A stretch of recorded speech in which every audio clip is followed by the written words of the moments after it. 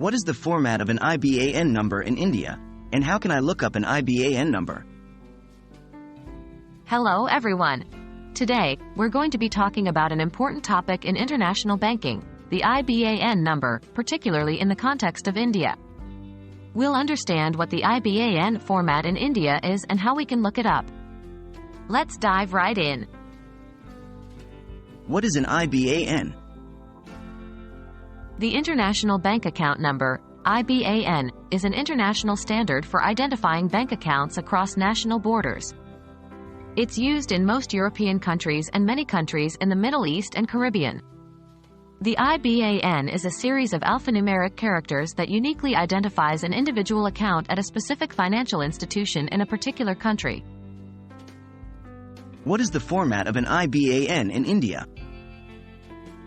Here is something essential. India does not use the IBAN system. Instead, Indian banks use the SWIFT code and IFSC, Indian Financial Systems Code, for international transfers.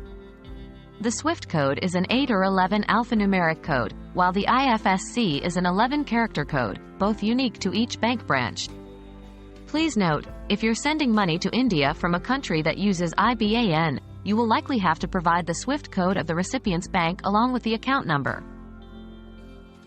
How can I look up an IBAN number? Since IBANs aren't used in India, you wouldn't look up an IBAN for an Indian bank. However, you may need to look up the SWIFT code or IFSC. Here are the steps you can follow to find these codes. 1. SWIFT code.